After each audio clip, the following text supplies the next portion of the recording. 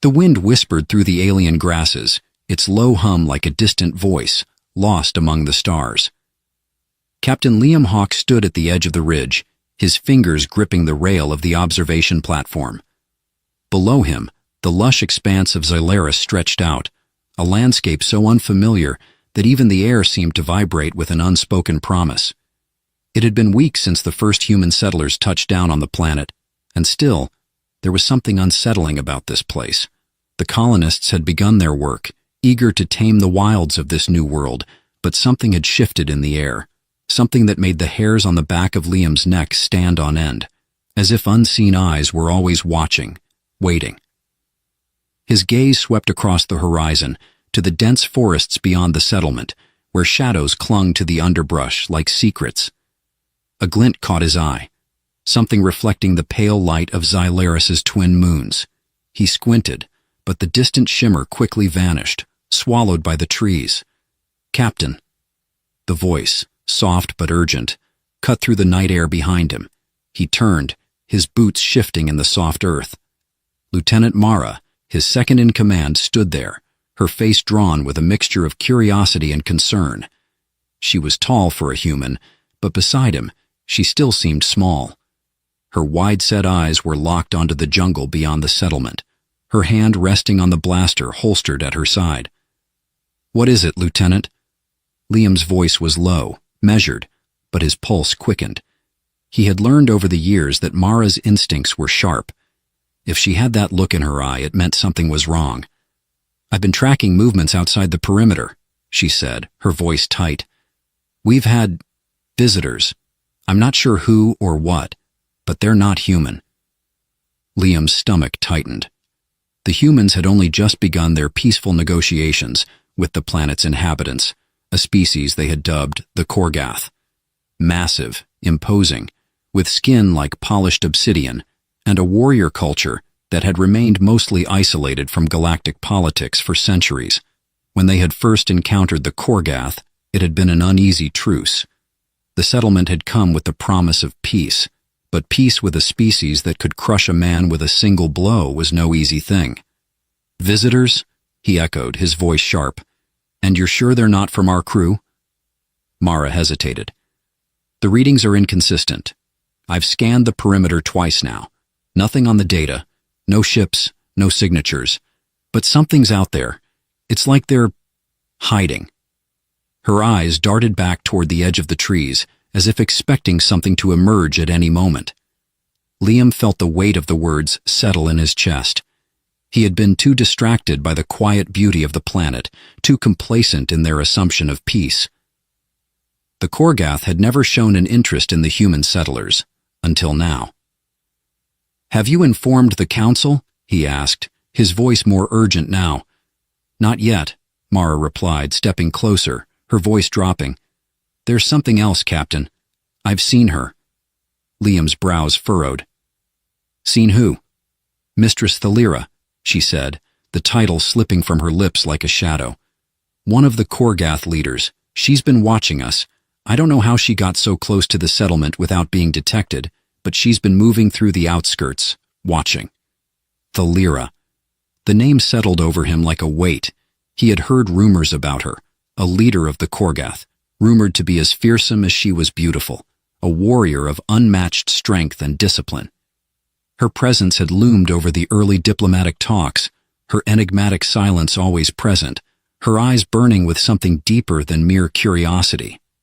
But Liam had assumed it was just the Korgath's usual tendency to remain detached. He had never thought much of her, assuming she was just one among many within their complex society. But now, Mara's words rang with an unfamiliar weight. What did she want? Liam's voice was barely a whisper. "I don't know," Mara admitted, her expression haunted. "But it's strange. I've never seen the Korgath act like this before. They keep to themselves. And yet, she's been circling the settlement, waiting, watching." Liam turned back to the ridge, his eyes scanning the dense foliage again. In the distance, he thought he saw a figure, a shadow that seemed to move with a grace impossible for something so massive. His breath caught, but when he blinked, it was gone. I'll go speak with her, he said, turning back toward the settlement. This isn't something we can ignore. If Thalira wants something, we need to know what it is. And fast. Mara hesitated. Be careful, Captain. The Korgath don't follow the same rules we do. Liam nodded, the tension in his shoulders suddenly more pronounced. The feeling of being watched pressed against him harder than ever before. He couldn't shake the feeling that someone, was about to shatter the fragile peace they had fought so hard to build. The shadows seemed to close in as he moved toward the command center, the ground beneath his boots no longer feeling solid.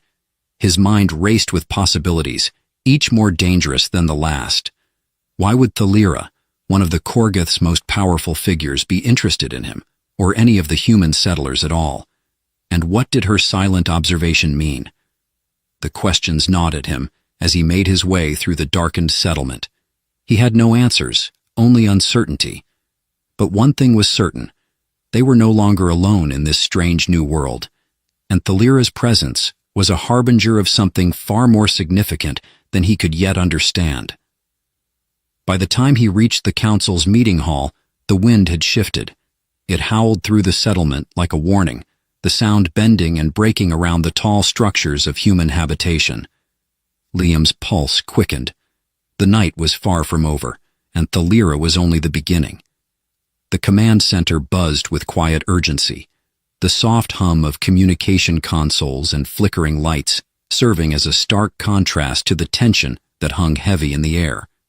Captain Liam Hawke sat at the head of the long metal table, his elbows braced against the surface, fingers splayed as though he could somehow grasp the answers that eluded him. Mara stood beside him, her back straight, her usual calm now edged with unease. The walls, lined with holographic projections of Xylaris's topography and human settlements, felt oppressive, as though they were closing in on him. Thalira's been spotted again, Mara reported, her voice tight. This time closer to the inner perimeter. We've had reports from the patrols. She's been circling. Liam exhaled slowly, staring at the map, tracing the path Thalira had taken with his eyes. Each new report only added layers to the mystery, and none of the answers seemed to make sense. The Korgath had always been elusive, their society cloaked in silence, and their warriors intimidating even in their own territories. But Thalira's behavior, her quiet surveillance, her refusal to engage directly with the humans, was something entirely different. There's something she's not saying, Liam muttered to himself, rubbing his temples. Something more than just a simple observation. But what? Why has she singled us out? Mara looked over at him, a shadow of concern passing over her features. You really think it's about us, Captain? Or is it about something bigger? The Korgath have a long history with outsiders. Maybe they see us as a threat. Liam's jaw tightened. He didn't want to believe that. The humans had come to Xylaris with the intention of peace, to negotiate and collaborate, not to conquer. But the growing tension was undeniable. Every move the Korgath made seemed to suggest a far more complex undercurrent than anyone had anticipated. A soft beep from the communications panel interrupted the silence. Liam turned toward the monitor. The face that appeared wasn't one he had expected. Governor Kara, the head of the human colony, stared back at him, her expression stern, lips pressed into a tight line. Captain Hawke, she said, her voice clipped. We need to talk. Liam straightened, his heart rate quickening. Governor, what's the situation? We've received new intelligence, Kara continued, leaning forward as if to convey the weight of her words. It's about Thalira. It seems she's not just scouting our settlement. She's looking for something, or someone. Liam's pulse quickened. Looking for something? Governor, what do you mean? We've intercepted a transmission, Kara explained, her gaze narrowing. A message, coded and encrypted. It's from one of our own settlements. They claim to have seen a Korgath ship, large, heavily armed, hovering near the planet's north pole. And the name they mentioned, Thalira. Liam's mind raced. A Korgath ship near the settlement? That didn't fit. The Korgath had never been so bold as to send warships this close to human territory. not without provocation. Something was shifting, and the pieces of the puzzle were beginning to fall into place, though the picture was still too fragmented to make sense of. "I need you to gather all the intel on that transmission, Governor," Liam said, his voice calm but laced with urgency. "We'll follow up on it, but Mara, you're right. There's more going on here than just a few isolated incidents. The Korgath aren't just watching us, they're making moves." Mara nodded, her brow furrowed in concentration. "Captain, if Thalira is involved with this ship, we can't afford to underestimate her. We need to be ready for anything." Liam stood abruptly, the weight of his decisions pressing down on him. "Then we'll be ready. But I'm not going to make any moves until I speak to her directly. Whatever game she's playing, it's time we knew the rules." He turned toward the door, the cool metal against his skin a harsh reminder of the reality he was stepping into. Thalira had become an enigma, her silent presence both unsettling and magnetic. She was more than just a leader of the Korgath. She was a symbol of something Liam couldn't yet understand. As he exited the command center, he felt the familiar stirrings of unease deep within him. The air outside was thick with the same uneasy stillness he had sensed from the beginning. The wind, though strong, lacked the sense of motion he had come to expect from a world that had been untouched by human hands. Everything was still, watching. Liam's boots thudded softly against the metal pathways as he made his way toward the outer compound, the distant glow of the settlement's lights casting long shadows. There was a nervous energy among the crew, a quiet tension that rippled through the air like an electric charge. They knew something was coming, but no one spoke it aloud. No one dared voice the fear that lingered in every glance. He found her near the forest's edge, as if she had materialized from the very shadows themselves. Thalira was standing tall in the clearing, her silhouette a towering monument against the starlit sky. Her skin shimmered, a deep iridescent blue that almost seemed to pulse with energy, a stark contrast to the blackness that surrounded her. Her eyes, large, burning with an unyielding intensity, fixed on Liam as he approached. "Captain?" Her voice was low, like the rumble of distant thunder. "I was hoping you would come." Liam didn't flinch, though the weight of her presence threatened to overwhelm him. "You've been watching us, but I don't think it's just the settlement you're interested in." Her lips curled into a faint, knowing smile, one that sent a chill down his spine. "You're perceptive, Captain, but not quite as perceptive as you think. There are things happening here, things you don't yet understand, but you will." Liam's pulse quickened. "What's going on, Thalira? What is it you want from us?"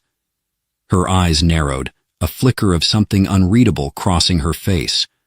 For a moment, there was silence, the only sound the soft rustling of the wind through the trees. Then she spoke again, her voice low, but laced with something that felt like truth. "What I want is not simple," she said, her gaze locking with his. "But if you want to save your people, Captain Hawk, you will need to trust me. We all will." Liam swallowed, the weight of her words pressing down on him like a physical force. "And what exactly do you mean by that?" She stepped closer, her towering frame seeming to dwarf him even more in the night's stillness.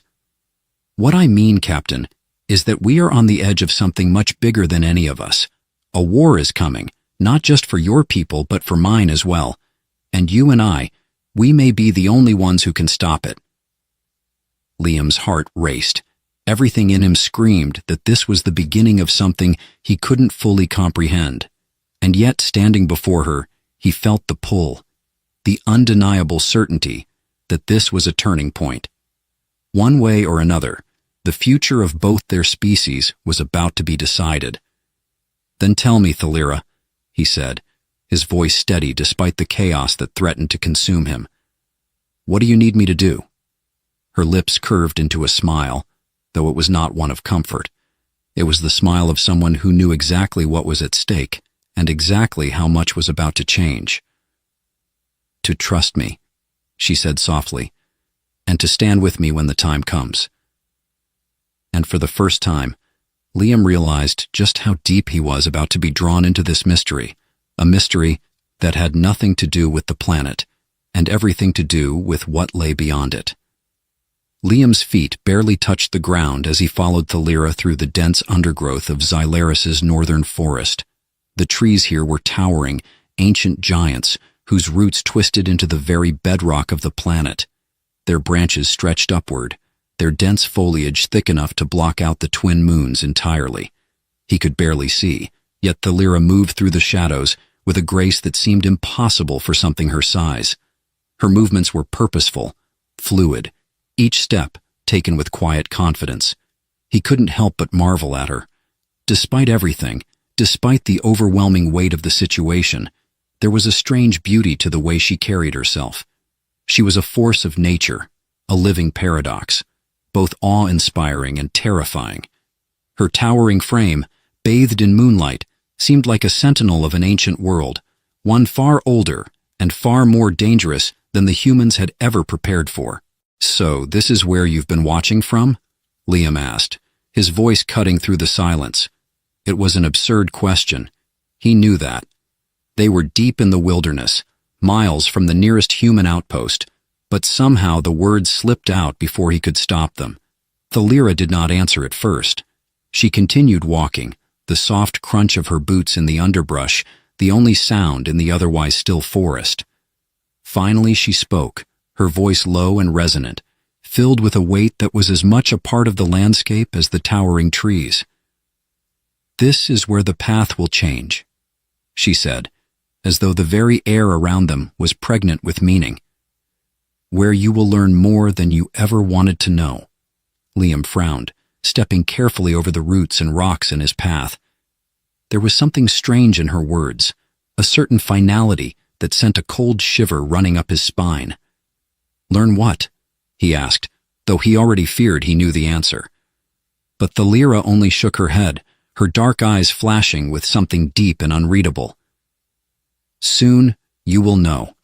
But I warn you, Captain Hawk, once the truth has been revealed, there is no turning back." He felt a pit form in his stomach. What was she really asking of him? She had made it clear that there were forces at work here far beyond the simple diplomatic missions they had been sent on. But it was only now, as he followed her into the heart of the forest, that he truly understood the depth of the stakes. The forest opened into a clearing, and Liam's breath caught in his throat. In the center stood an imposing structure, huge and ancient, the kind of monument that whispered of secrets long buried. It was a temple, though not one Liam had ever seen before. Its architecture was unlike anything from human history. Its walls were carved from obsidian stone, covered in symbols that seemed to shift and change when viewed from different angles, and its entrances were framed by towering columns that curved inward like the arms of some forgotten god. Liam's pulse quickened. "What is this place?" he asked, though his voice was barely a whisper. He had never seen anything like it. The air around the structure seemed to hum with energy, an energy that felt ancient. "A place of power," Thalira answered, her tone reverberating with something ancient and solemn.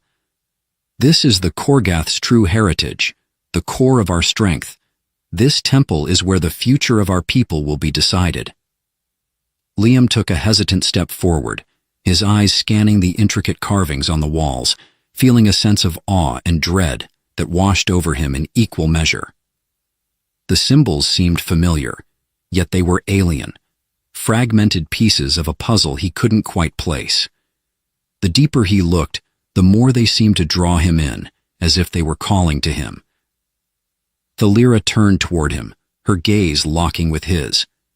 Her expression was unreadable, but there was a flicker of something he couldn't quite identify that passed between them. It was almost as if she was waiting for him to understand something he hadn't yet grasped. "You're wondering why I brought you here," she said, her voice soft, but carrying the weight of 1,000 years. "This is where everything began, where my people first set foot on this world. The power contained here is not just for the Korgath. It is for all who are worthy." Liam swallowed hard. He had so many questions, too many questions, but none of them seemed to matter in this moment. The world had grown smaller somehow, the edges blurred, and all he could focus on was the overwhelming sense of inevitability that was building in the pit of his stomach. "I'm not sure I understand," Liam admitted, stepping closer to the temple's entrance. The air around him grew thick with tension. "What does this have to do with me? With the humans?"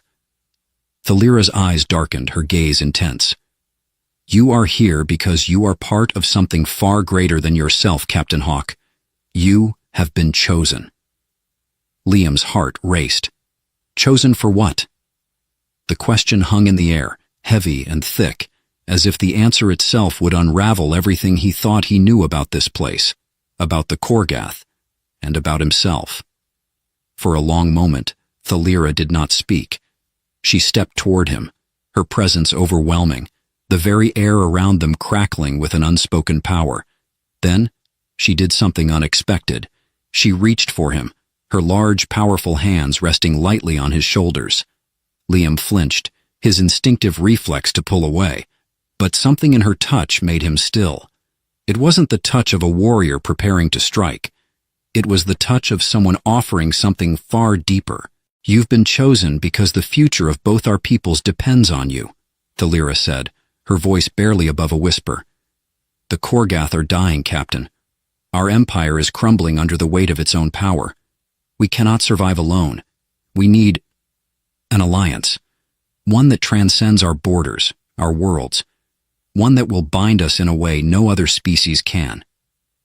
Liam's thoughts reeled, his mind struggling to keep up with the implications of her words. "An alliance?" Thalira nodded, her eyes never leaving his. "Yes, you and I, together." Liam took a step back, his chest tightening. The world seemed to spin, his breath catching in his throat. "Wait, are you saying—" "Yes," she interrupted, her voice firm.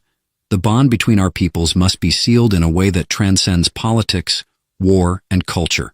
A union, a marriage, and you, Captain Hawk, are the one who must stand beside me, whether you want to or not."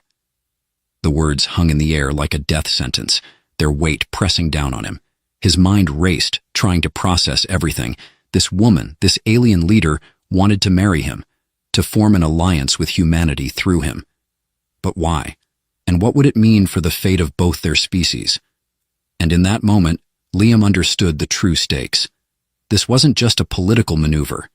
This was the only chance the Korgath had to survive, and it would come at a price that would tie him to Thalira in ways he couldn't yet imagine. "You have no choice," Thalira said, her voice not unkind but final. "The future is already in motion. All that remains is for you to decide whether you will be part of it or remain a stranger to your own destiny." Liam's world had just tilted, and now the path ahead was darker than ever. The sky over Xylaris was a deep violet, streaked with the fading light of the setting twin moons, casting an eerie glow on the ancient temple that stood at the heart of the clearing. The air was heavy with the scent of damp earth and the distant hum of unknown creatures, their calls a steady, low thrum in the distance. Liam stood motionless, the weight of Thalira's words pressing down on him with an almost physical force. The world around him felt both too vast and too small in this moment. Thalira's hand still rested on his shoulder, her touch a stark contrast to the firestorm of thoughts racing through his mind. His breath came in shallow gasps as he fought to process what she had just told him. "You've been chosen," she had said. The words echoed through his mind, a relentless drumbeat that drowned out all else. He turned to her, his voice trembling despite his best efforts to remain composed. "How? Why me?" Thalira's gaze softened, though her expression remained unreadable, her eyes reflecting an ancient sorrow that seemed to stretch back millennia. "Because the Korgath can no longer afford to wait," she said. "We've tried everything, Captain. Alliances with other species, military might, the will to survive. All of it has brought us to the brink of destruction. But you—" She stepped closer, lowering her voice. "You have something the Korgath have never known. Hope." Liam's chest tightened. Hope. It sounded absurd. How could a human diplomat, a mere envoy sent to facilitate peace talks, offer hope to a species that had lived for millennia in the shadow of conquest and war? "I'm not the answer," he said, shaking his head. "I don't even know what you're asking of me. I'm just here to talk, to negotiate. I'm not a savior." Thalira's eyes narrowed, her jaw setting in a firm line. "You think I chose you lightly?" Her voice was a low growl, but there was no anger in it, only a deep, bone-weary sadness. "The Korgath do not ask for help. We take what we need. But our empire is falling apart. We are divided, broken by centuries of pride, of isolation. My people need a bond with the humans. We need your strength, your resilience, but more than that." Her eyes softened, a quiet vulnerability creeping into her gaze. "We need your love." Liam recoiled, his mind struggling to grasp the gravity of her words. "Love? You? You want me to marry you? To—" His voice faltered as he found the words slipping from him, too alien to be real. "Yes," she said simply. "You, Captain Hawk. You are the key to my people's survival." He wanted to protest, to shout that this was madness, that she had to be mistaken. But something inside him, something raw and desperate, kept him silent. The words that had passed between them, the pull that had begun the moment he first saw her. There was a connection, undeniable and strange. He wasn't just a witness to the Korgath's crisis. He had become part of it, woven into the fabric of their fate in ways he couldn't fully understand. And yet, as he stood there, surrounded by the ancient power of the temple, he knew that the future of both his people and Thalira's rested on the choices he made in this moment. "Thalira," he said, his voice barely above a whisper, "what happens if I say no?" Her gaze flickered briefly, the weight of the question sinking in. "The Korgath will perish," she said quietly. "Without this bond, my people will die. We cannot survive alone." Liam's mind reeled. He wanted to argue. He wanted to scream that this was too much, that he couldn't shoulder the burden of an entire species. But in his heart, he knew the truth. The Korgath were in crisis, and the only thing that could save them, the only thing that could bridge the chasm between two worlds, was a union with him. A marriage. A bond that would shape the course of history. Thalira's eyes searched his, seeking something, anything, that might give her hope.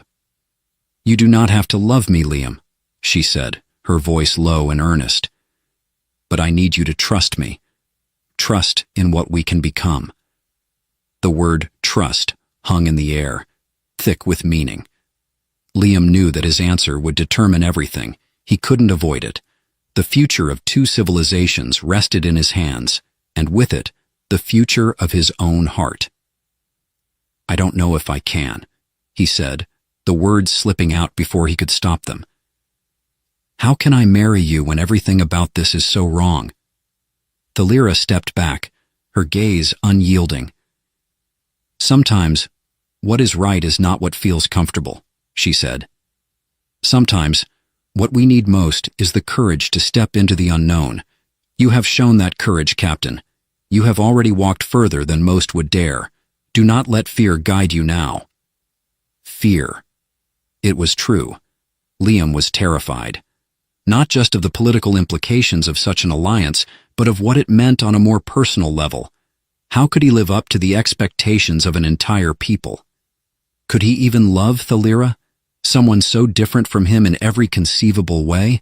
And yet her words, her conviction, struck him with an undeniable force.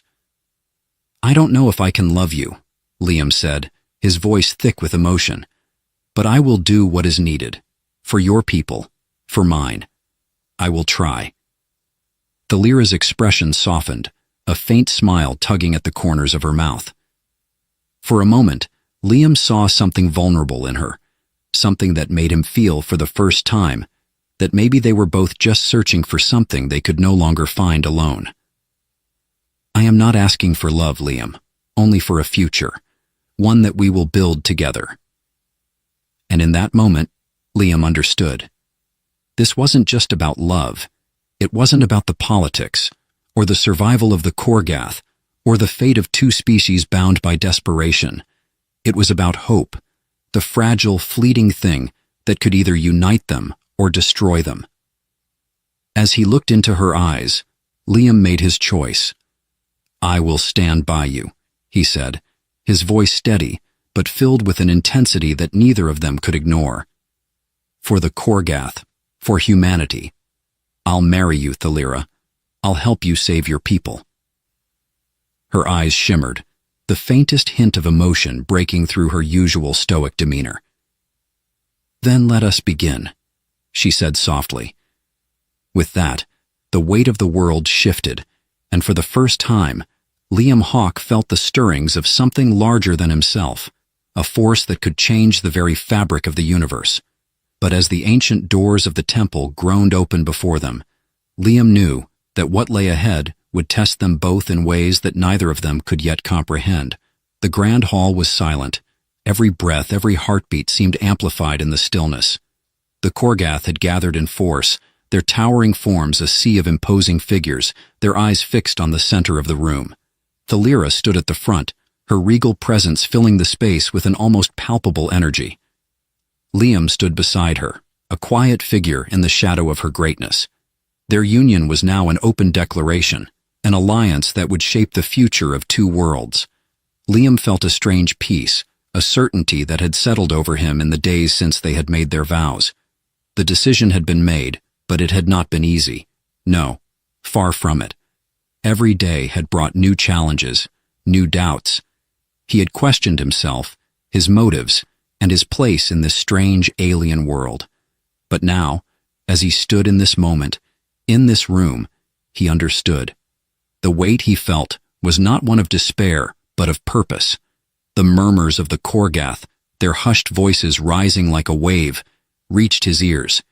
He could feel the tension, the skepticism, the hope. They were waiting for something to shift, waiting for the moment when he would step forward and confirm the truth they all feared. That a human had come to be bound to one of their own, not just in spirit, but in a future that would decide their fate. "I cannot change the past," Thalira's voice rang out, cutting through the tension. "I cannot undo the mistakes of my people, nor the failures that have brought us to this point. But I can offer the future." She turned to Liam, her gaze unwavering. "And so can he." The words hung in the air. Liam's heart pounded in his chest. The gravity of the situation felt heavier than ever. This wasn't just about him, or Thalira, or their marriage. This was the moment that would decide the fate of the Korgath, whether they would rise from the ashes or continue their slow descent into oblivion. He could hear the whispering now, the flickering of doubts that had plagued him throughout their journey. What if this wasn't enough? What if his role, however crucial, couldn't change the inevitable? The Korgath were proud, fiercely independent, and to many of them, this union was an abomination. Something that defied everything they had ever stood for. But Thalira believed in him, in them, and maybe, just maybe, that belief was enough to spark a change. Liam stepped forward, his voice steady despite the whirlwind of thoughts racing through his mind. "I stand here not as a human diplomat," he began, his words slow but deliberate, "but as a partner to Thalira, a partner to the Korgath people. Together, we will shape our future, not with the weight of our past, but with the strength of our will." The room fell into an eerie silence. He could feel the eyes of the Korgath on him, searching, questioning. But there was no turning back now. The words had been spoken, and the truth was clear. He was bound to this world, to its people, to Thalira. "We will build something new," Liam continued, his voice carrying through the room. "It will not be easy. There will be those who fight us, who refuse to accept the changes we are bringing. But change is the only way forward. We cannot afford to remain shackled to the past, and together we can overcome whatever obstacles stand in our way." There was a shift then, a subtle change in the air. The tension that had lingered in the room began to dissipate, as if something had broken free. The Korgath, once a people on the verge of collapse, seemed to take a collective breath. The old ways had been challenged, but in that challenge, something new had been born. Thalira moved closer to him, her presence grounding him in the midst of the storm. Her gaze softened as she met his eyes, the unspoken understanding between them clear. "You have done more than I ever thought possible," she said quietly. "You have given my people a chance." Liam didn't know what the future held. He couldn't predict the road ahead, couldn't say for certain that the Korgath would flourish or fall. But he knew one thing: the journey had already begun. Together they had started something, and no matter the outcome, that would be enough. The door to the hall opened then, and the leaders of the Korgath factions entered. The room went still, the atmosphere thick with anticipation. The council, representatives of the last remaining strongholds of the Korgath Empire, had come to make their final decision. The tension in the room was palpable as the council members gathered before Thalira and Liam, their gazes heavy with judgment. There were whispers, exchanges of glances, and murmurs of dissent. Liam could feel the weight of their scrutiny. He was an outsider, a stranger in their midst, and they would never fully accept him. He was just a pawn in their game, a symbol of what was left of their once great empire. But then, one of the council members, a tall, imposing figure with dark eyes, stepped forward. He was old, ancient even, with the weathered face of a warrior who had seen countless battles. His gaze locked on Liam with an intensity that made his skin crawl. "Your words have no weight," the council member said, his voice cold and dismissive. "You speak of hope, of unity, but it is nothing more than a fleeting illusion. The Korgath are too far gone to be saved by mere words." Liam's heart tightened in his chest. He had expected this. He had known it would come to this moment, but Thalira's hand on his arm steadied him, grounding him in the present. He met the council member's gaze and spoke the truth, his voice firm and unwavering. "Hope may be fragile," Liam said, his tone unyielding, "but it is all we have left. Without it, we are nothing." The silence in the hall was deafening, and then, to his surprise, the council member gave a slow nod. "Perhaps there is merit in your words," he muttered, his voice softer now, almost reflective. "We have nothing to lose, but do not mistake our acceptance for approval." Liam didn't need their approval. He only needed their trust, and in that moment, standing by Thalira's side, he knew they had earned it. The council's decision was final. The Korgath had agreed to the alliance. Thalira and Liam would lead them into the future, not as conquerors, but as partners, as equals. As the council members filed out of the hall, the weight of their decision settling over the room, Liam felt a strange sense of relief. The battles had been fought, the words spoken, and now it was time to move forward. Thalira turned to him, her eyes gleaming with quiet triumph. "We have done it," she said, her voice a soft whisper. And as Liam gazed into her eyes, he knew that together they had begun to heal a fractured world. There would be challenges ahead, there always would be. But in that moment, under the light of two distant moons, he finally understood what it meant to be part of something larger than himself. They had started something new. And that, perhaps, was the greatest victory of all. The ship drifted silently through the dark expanse, its hull glinting faintly in the light of distant stars. Unseen, unheard, it passed through the periphery of known space like a forgotten dream, an enigma on the edge of the galaxy's well-guarded boundaries. No alerts had been issued, no communications broadcasted. It was a ghost ship, unregistered, unidentified, and oddly untethered from the usual flows of galactic commerce and politics. Corbin Hayes stood at the observation window of his quarters, his eyes fixed on the glittering panorama outside. He should have felt the peace that came with solitude, the quiet of the stars, the rhythmic hum of the ship's engines, the feeling of being so far from the chaos of the galaxy's bustling core. Yet he felt none of it. Instead, a deep, unsettling tug twisted at the pit of his stomach, a sense that something, somewhere, was wrong. The holographic display beside him flickered to life with a soft chime, cutting through the tension in the room. The face of his commander, Tessa Varden, materialized in the air before him. She was sharp-featured, her expression unreadable. "Hayes," she began, her tone clipped. "We've got a situation. You're needed in the briefing room." A sinking feeling pooled in Corbin's chest. He had just finished the delicate negotiations with the Andari, the feudal alien race whose temperamental peace with the human colonies had nearly unraveled. It was supposed to be a quiet mission, a brief stop before returning to the galactic capital. But nothing ever truly went as planned, did it? "On my way," he replied, turning his gaze from the stars to the door. The briefing room was dim, the air thick with the weight of quiet expectation. A dozen faces turned to him as he entered, all stiff uniforms and rigid expressions. His colleagues, the elite of the Galactic Diplomatic Corps, were waiting for him. Commander Varden stood at the head of the table, her arms crossed, her gaze steady. "We've intercepted a distress signal," she said, her voice carrying an edge of something Corbin couldn't place. "It's coming from the edge of known space, near the Rayleigh Nebula." The words hung in the air, too heavy to ignore. The Rayleigh Nebula was a no-man's land, a swirling mass of gases and dead stars where navigation was treacherous at best. It was a place where ships disappeared, where no one ventured without careful consideration.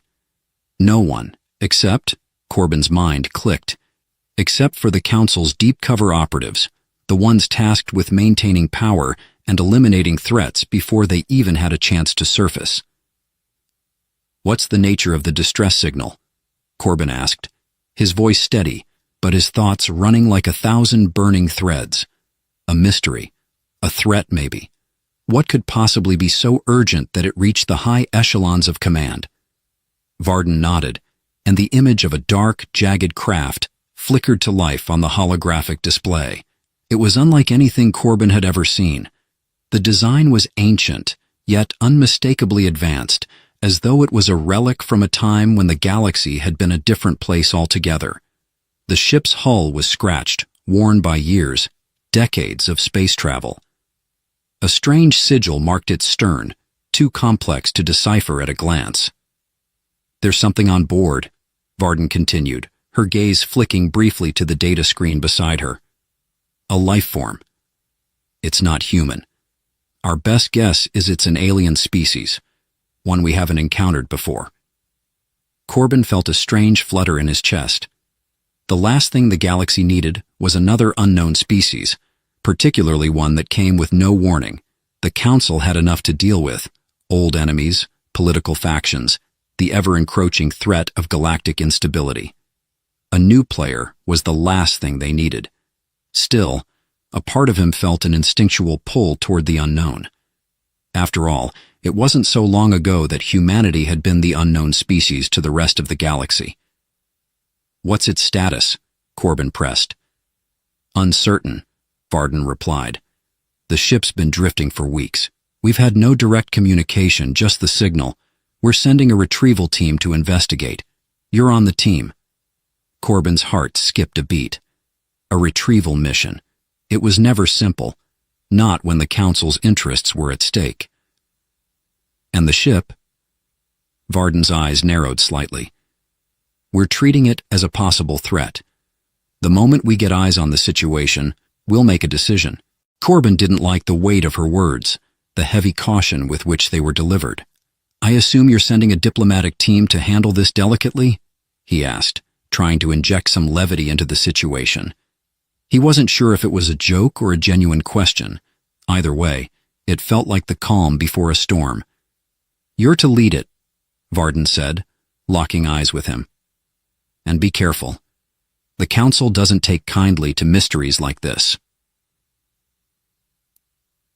Hours later, Corbin stood on the hangar deck, looking over the sleek military-class shuttle that would carry him to the edge of the galaxy. His thoughts swirled, pulling him back to the mystery of the signal, the unknown ship, the alien life form. The Council's fear of the unknown had always been their greatest weakness. And yet, Corbin couldn't shake the feeling that something about this was different. Something about this ship wasn't just an anomaly. It was a message. A warning, perhaps. Or a call for help. His fingers brushed against the worn leather of his jacket as he boarded the shuttle, the door sealing behind him with a soft hiss. Outside, the vastness of space loomed, as unforgiving as ever, but inside, Corbin felt a strange stillness settle over him. The unknown always had a way of quieting the noise of everything else. As the shuttle's engines roared to life and the stars blurred into streaks of light, Corbin's mind raced with possibilities. What could the Council's secretive interest in this strange craft mean? What did it hold? Technology? Knowledge? Or something far more dangerous? One thing was certain. The galaxy was about to change, and in that change, Corbin Hayes would find himself at the center of it, whether he was ready or not.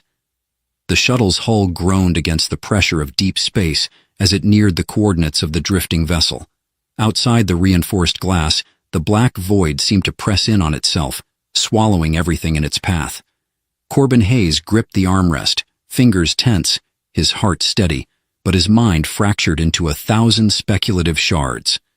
He had been on retrieval missions before, but this was different. The unknown had a way of amplifying every shadow, every sound, and every breath. He stared at the holographic display in front of him, the jagged silhouette of the unidentified ship slowly materializing as they drew closer. The design was unlike anything he'd seen in his years of service. It wasn't just old. It was ancient, a relic from a time that history had almost forgotten. The ship's structure was asymmetrical, warped in places as though time itself had bent its form. Dark sigils, more like scars than markings, marred its surface, seemingly alive in the dim light of the stars. A chill crawled up Corbin's spine as he watched the image. It was as though the ship had been built for something more than just travel. It had been built to endure, to survive. Approaching target. The pilot's voice crackled over the intercom, steady but strained. No sign of hostile activity, awaiting further orders. Corbin leaned forward, his breath fogging the glass as the distance between them and the ship shrank. He had never encountered anything like this. Despite the calm exterior of the mission, his gut twisted. Everything about the situation was off. The distress signal had been far too cryptic, almost intentionally vague. The lack of any communication after the initial ping only heightened the sense that something was amiss. He glanced at the others aboard the shuttle. His retrieval team was a mix of specialists, 2 security officers, a tech expert, and an astrogator. But even they seemed to sense the weight of the moment, their expressions unreadable as they stared at the unknown ship. "What's our approach?" Corbin asked, his voice low. Varden's voice came over the comm again, clipped and direct.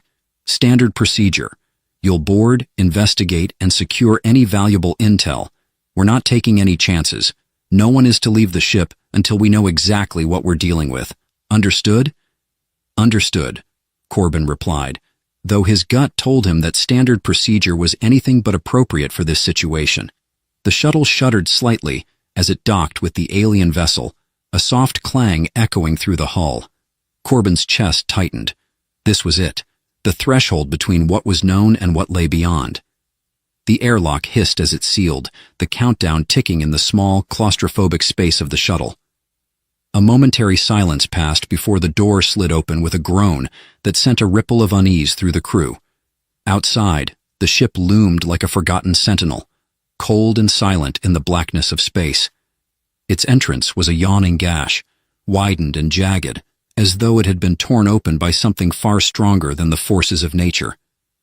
"Stay sharp," Corbin muttered to his team, his voice barely audible in the heavy atmosphere of the shuttle. He stepped out first, boots clanging softly against the metal surface of the alien craft. The others followed, their movements cautious, measured. The interior was eerily quiet. The gravity was weak, disorienting at first, but manageable. As Corbin moved through the shadowed corridors of the alien vessel, the temperature dropped, the air growing thin and stale. The walls, if they could be called that, seemed alive with faint pulses of light. an unsettling, otherworldly glow that flickered and dimmed in response to their presence. Nothing made sense. No signs of life. No obvious technology, at least not anything they could recognize. The ship's structure seemed organic in places, like it had grown rather than been constructed. Even the hallways curved in unnatural directions, bending in on themselves like the twisted corridors of a long-forgotten labyrinth. Corbin's pulse quickened as he stepped deeper into the heart of the ship. It felt alive.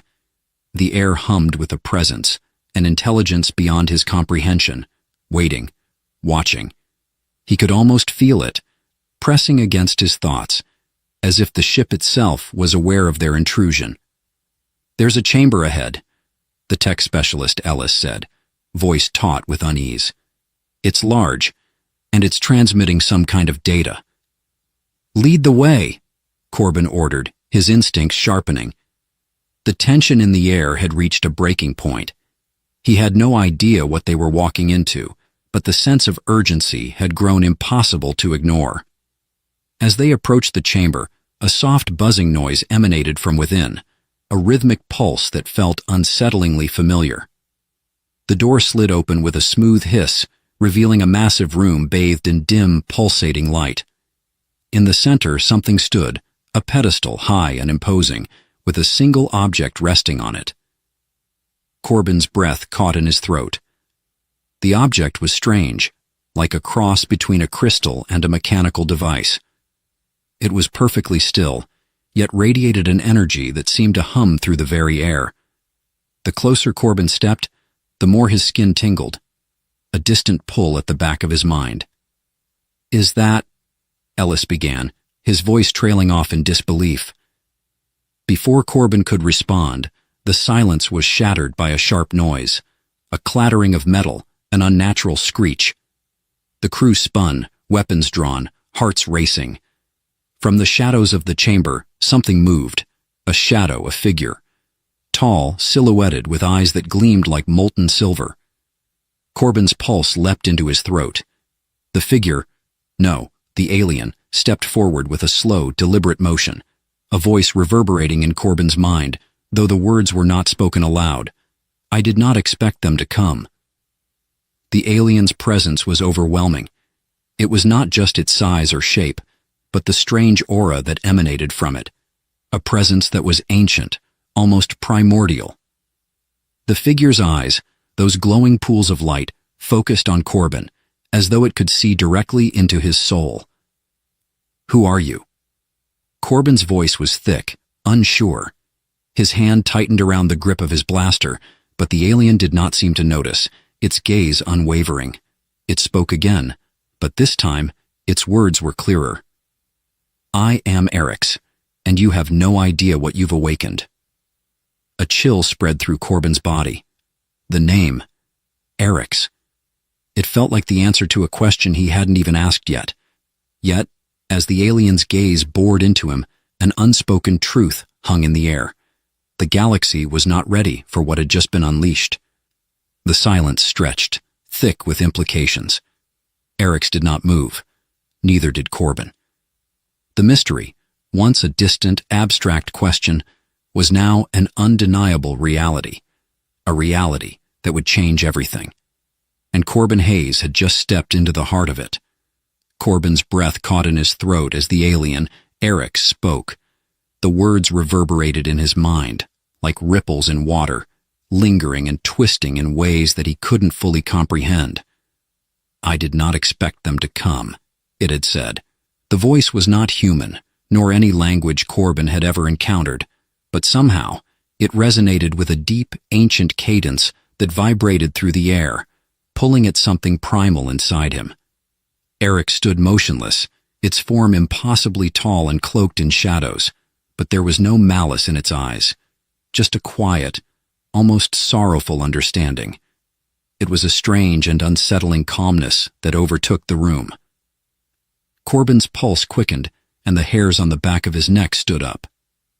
"Who are you?" Corbin asked, his voice barely a whisper, as though the question itself might awaken something far more dangerous. "I am Eric's," the alien replied again, this time more clearly. I am the last of my people. The words felt like weighty stones, dropping one after another in Corbin's mind, each one heavier than the last. Corbin exchanged a brief glance with Ellis, his tech specialist, who appeared frozen in place, eyes wide and unblinking. The rest of the team stood at attention, weapons still drawn but hesitant, unsure whether to trust the strange being before them. The air in the chamber grew thick, charged with something neither of them could define.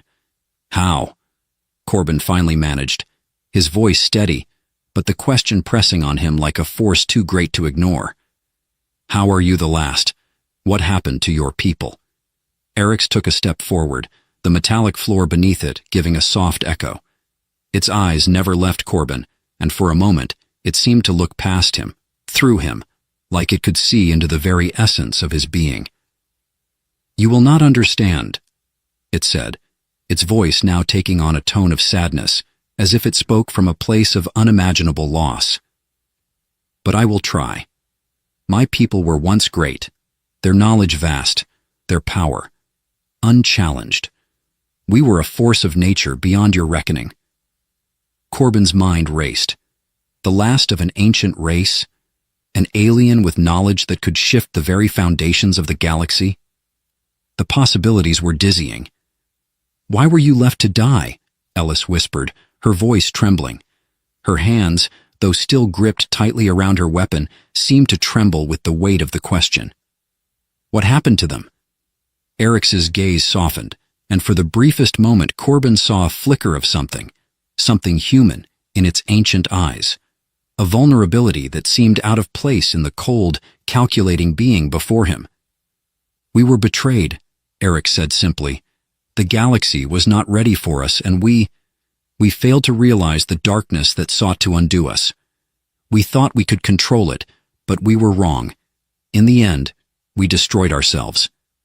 The words hung in the air, their gravity sinking into Corbin's bones. He understood betrayal, the betrayal of ideals, of trust, of power.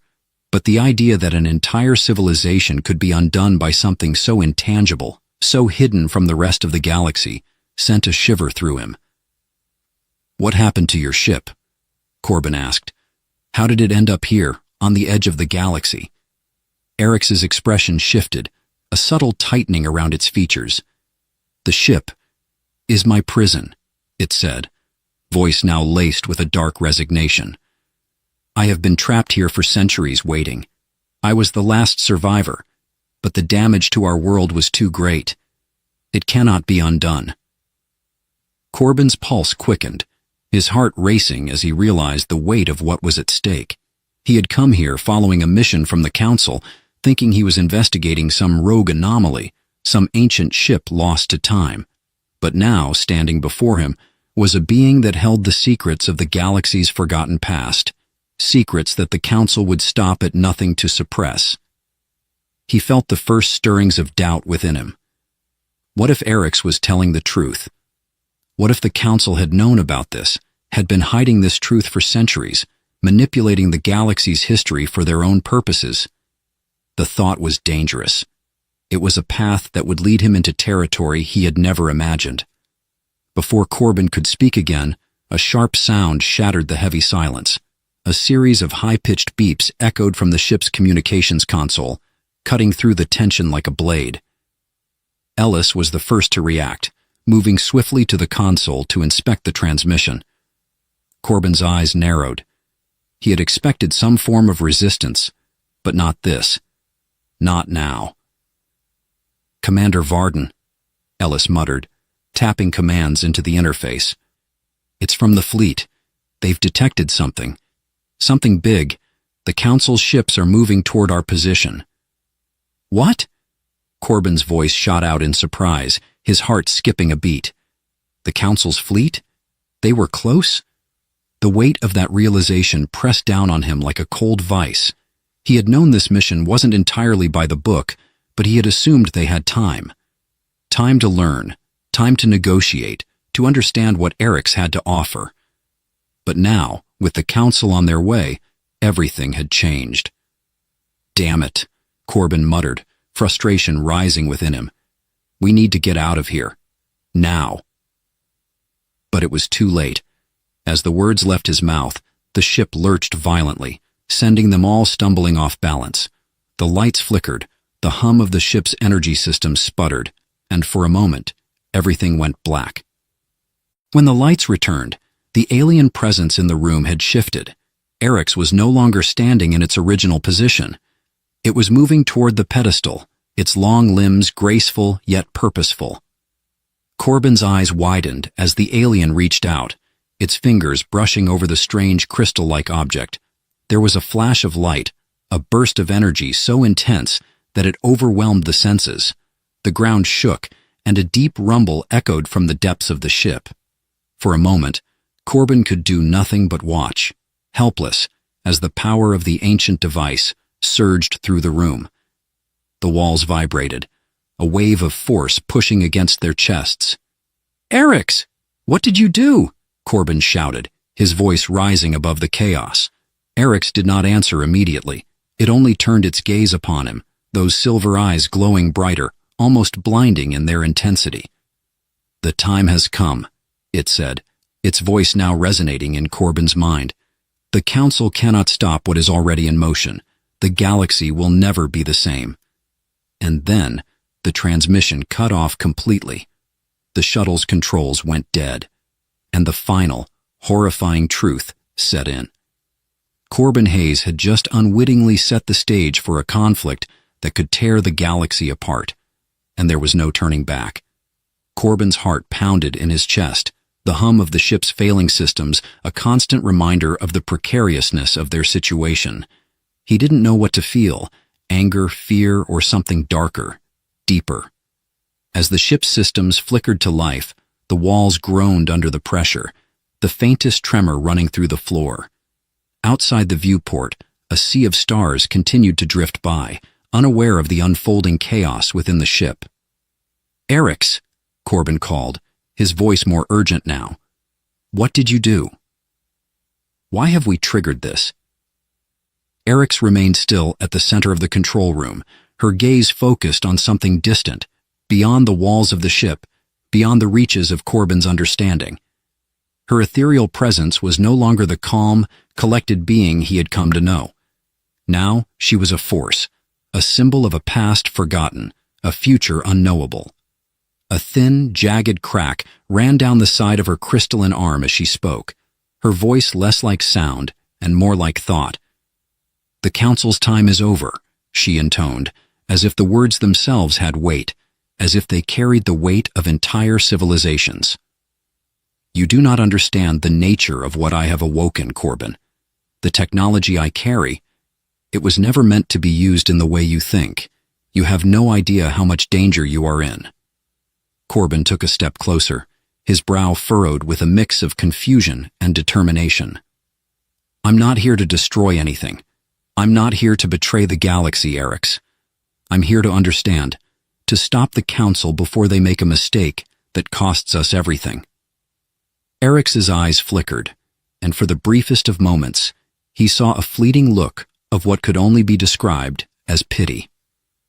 "You do not yet see the scope of your choice," she murmured. "The power of the past cannot be controlled by your fragile future, not without consequences." The words sliced through him like a cold wind. Corbin turned away for a moment, his mind racing.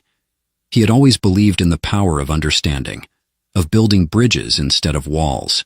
He had never been one to follow blindly. But now, with the future of an entire galaxy hanging in the balance, he wasn't so sure anymore. He took another step toward her.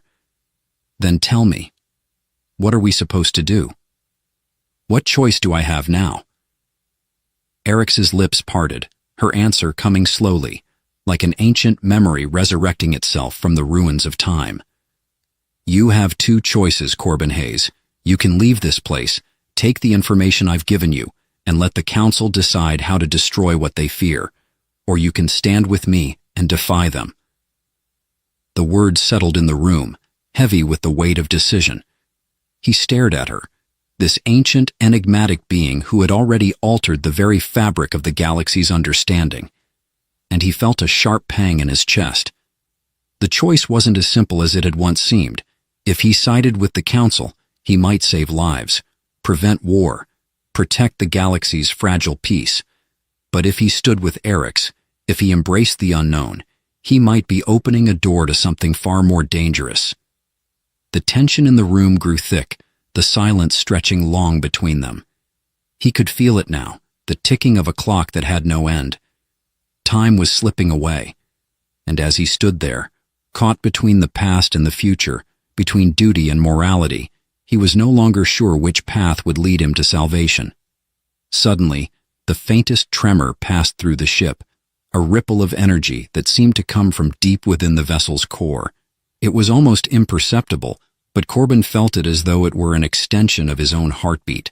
"Eric's," he said, his voice low, almost a whisper, "what did you awaken?" Her response came not with words, but with a look. Her eyes, those silvery eyes, grew darker, deeper, as if something beneath them stirred. "The key," she murmured. "The key to ending it all. I have shown you what the galaxy does not wish to see. The truth.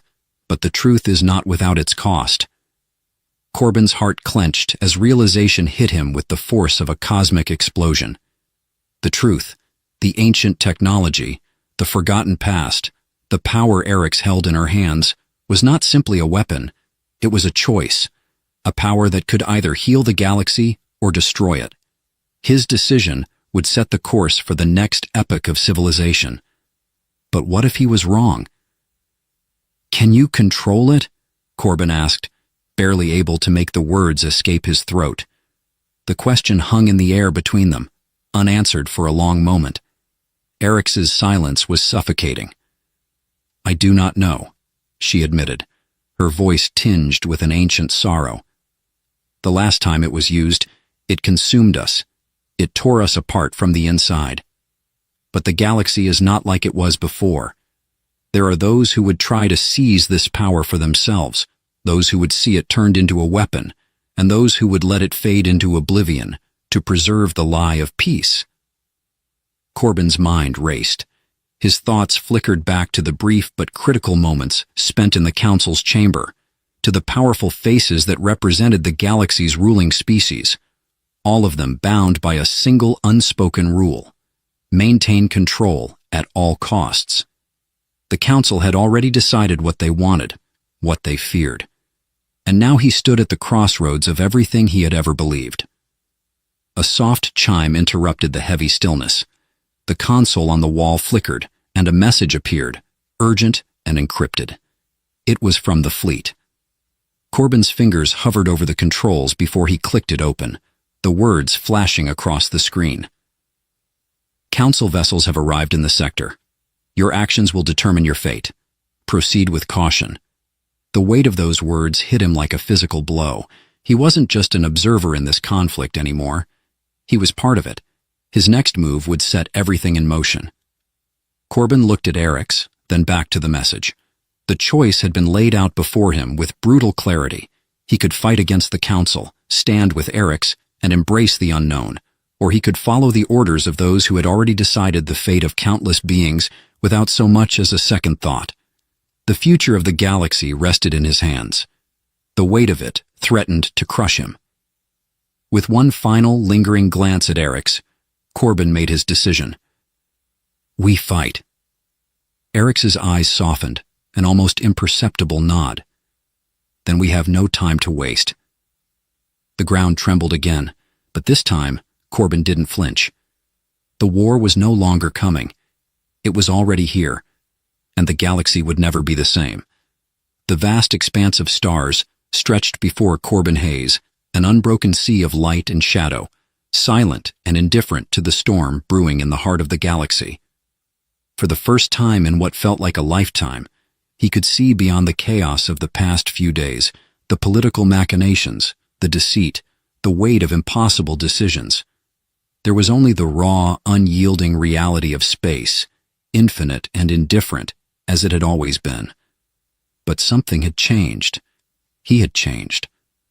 Corbin stood on the bridge of the newly commissioned ship, the Argent Horizon, the vessel that would carry the future of the galaxy in its wake. Beside him, Eryx watched the stars too, her silver eyes reflecting the galaxies she had once seen through the eyes of her people. Now, she was something new. Not just the last of her kind, but a symbol of what could be, a bridge between the old and the new. "Do you think it was worth it?" Corbin asked quietly, his voice barely a whisper against the hum of the ship's engines. Eryx did not answer immediately. She never did when it came to matters of such weight. Her silence was not one of avoidance, but of contemplation, a trait Corbin had come to respect. When she finally spoke, her voice was calm, but the weight of her words carried a depth that echoed through him. "All things have their cost," she said, her gaze never leaving the stars. "But you have chosen a path that will change everything. It will take time, and there will be those who will resist it, but you have shown them something they could not see before. That is the value of your choice." Corbin nodded, though the ache in his chest had not quite faded. He thought of the hours spent in heated debate in the council's chambers, the voices rising in protest, the stares filled with distrust. He had thought for a moment that he might lose Eryx, that the weight of their actions might undo them both. But here they were, together, standing on the precipice of a new beginning. "I don't know if I believe in destiny," Corbin said, running a hand through his dark hair. "But I do believe in people, in the possibility of change, even when it feels impossible." Eryx turned to face him then, her expression softening, a small hint of something unspoken passing between them. "Perhaps it is not destiny that drives us, but the choices we make. You chose to fight, not for the power of the past, but for the future of the galaxy." Corbin smiled, though there was a hint of sadness in the gesture. "And you chose to trust me. That wasn't easy, was it?" Eryx's lips curled into a faint, knowing smile, though there was something ancient in the way her gaze lingered. "Trust is earned, Corbin Hayes, and you have earned mine." There was a long pause between them, as the stars drifted by, their steady light a contrast to the turmoil of the past. The council had been divided, split down the middle between those who saw the wisdom in cooperation with Eryx and those who feared her potential. But in the end, the decision had been made, and the galaxy had been forced to acknowledge the undeniable truth that Eryx brought with her, that there was much to be learned from the past, from the civilizations long gone, if only they were willing to listen. The vote had been close, so close that it felt like a knife's edge. But humanity had cast the deciding votes, the representatives from the human colonies, pushing the motion to allow Eryx's technology to be shared with the galaxy, albeit under strict conditions. It had been a risk, a gamble, but one Corbin was willing to take. "We're not out of the woods yet," Corbin said, as his gaze turned to the holographic map that displayed the galaxy. "The Council's watchful eyes are still on us, and the others, those who would see us fail, won't stop." Eryx's expression grew darker. "There will always be those who fear what they do not understand, but fear is a weapon, and it is a weapon that can be undone with knowledge." Corbin couldn't argue with that. He had seen it himself. The way the Council's fear had blinded them, had made them so desperate to control everything that they couldn't see the true potential of what Eryx offered. He thought of the ancient technology she carried with her, the long-lost knowledge of a civilization that had once held sway over the stars. Now that knowledge was in their hands, a gift and a burden, both. "We still have work to do," Corbin said, his voice steady, though the weight of his words was heavier than ever. "The Council's conditions are clear. We must prove that this alliance can be fruitful, that cooperation, not domination, will be the key to the galaxy's future." "And we will," Eryx said, her voice unwavering. "But it will take time. You will have to remind them again and again why you chose this path, why the old ways must end." There was a pause, and Corbin could almost feel the pulse of the galaxy itself, an ancient rhythm, a steady beat that called for change, for unity, for peace. He could see it now, the threads of the future weaving together, the hopes of countless civilizations held in the balance. It wasn't a perfect vision. There would be setbacks, challenges, failures, but there was hope, and that was all they could ask for. "I'll keep fighting," Corbin said, the words carrying a weight of their own. "I'll keep fighting for this, for the future we can build, for the galaxy we can make together." Eric's turned away from the viewport, her gaze meeting his once more. "And I will stand beside you, Corbin Hayes. You will not be alone." The stars outside seemed to blink in silent affirmation, as if the universe itself had borne witness to their decision. A new chapter was beginning, not just for Corbin or for Eric's, but for the galaxy itself. The galaxy that had been teetering on the edge of war, now given a chance to rebuild, to reconcile, to come together. Corbin took a deep breath, knowing there was much work ahead. But for the first time in a long time, he felt the weight of the past lift just a little. The future was still unknown, but it was his to shape. And with Eric's by his side, he believed they could build something worth fighting for. As the argent horizon glided silently through the stars, Corbin felt the quiet hum of the ship beneath his feet. It was a reminder that sometimes the greatest battles weren't fought in the heat of conflict, but in the quiet moments that followed, when the dust settled and a new world began to take shape. And so, their journey began, toward a future they would build together, one step at a time.